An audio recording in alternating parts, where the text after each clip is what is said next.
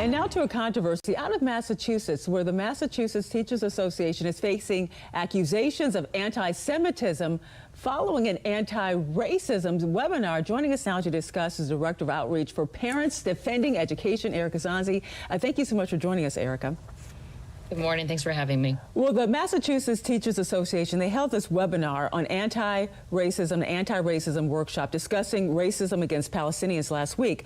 Now, but many Jewish teachers who watched this webinar said they were making incorrect statements, or what they called anti-Semitic statements. I was watching one story coming out of Boston where a parent was saying that some sort of a slide said Zionism is oppressive and a propaganda machine. Now, Parents Defending Education received an email, your organization received an email about this webinar, so it was brought to light to your group. Tell us about that.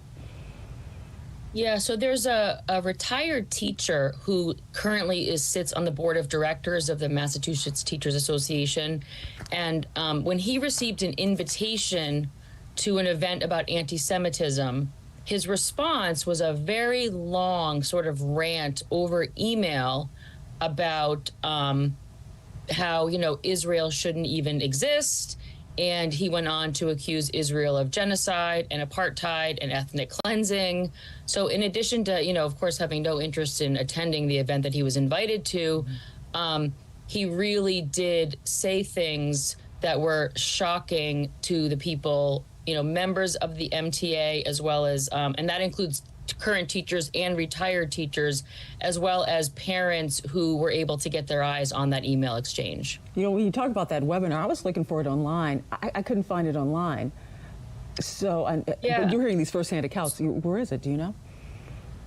Well, they claim that there is no recording of it, and they have told the media that they will not be making it available to the public, which, again, I think also does raise eyebrows. If they are so proud of this, as they have been saying that they are, it seems to me that there's no reason to hide it from the public. Now, you're following something else. There's a battle that's brewing right now in New York City. A group of parents are accusing this ultra-liberal parent board group and the Department of Ed of trying to stifle conservative speech. Now, tell us about this lawsuit and also what led up to this. Yeah, so 3 plaintiffs have brought a lawsuit against the Department of Education in New York City.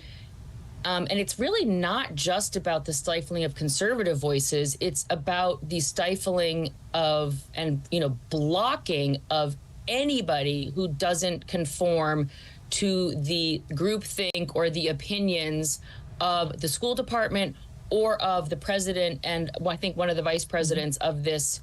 It's called a Community Education Council in New York City, but essentially it's what we would consider to be school boards. So these are elected boards who represent different, areas of the city. And what we are hearing from people is that, for example, they still are not having their public meetings in person. So they're having their meetings on Zoom, and they force people to answer questions. And if the people aren't willing to sort of agree to share the opinions of the people running the meetings, they won't even let the people into the meetings. And then additionally, they are really just censoring speech. So you almost have to pass like an ideological gauntlet to get into the meeting.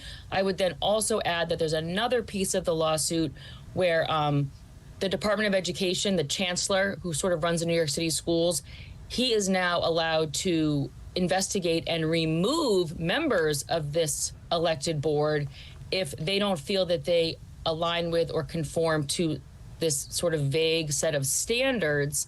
And to give you an example of what can get you under investigation there is that if a member of the board states that they don't think that males should be allowed to play on sports teams or share locker rooms with the girls, you'll be slapped with an investigation because they'll consider that to be hateful and not aligned with their values. Just quickly, because we have running out of time, what are some of the demands? What do you want from this lawsuit? What do they want from this lawsuit?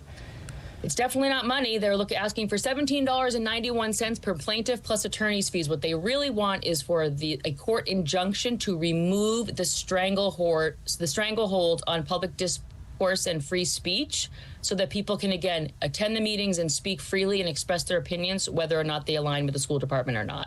All right, thank you so much, Erika Sanzi, Director of Outreach for Parents Defending Education. Thanks for joining us. Have a nice weekend. Thank you.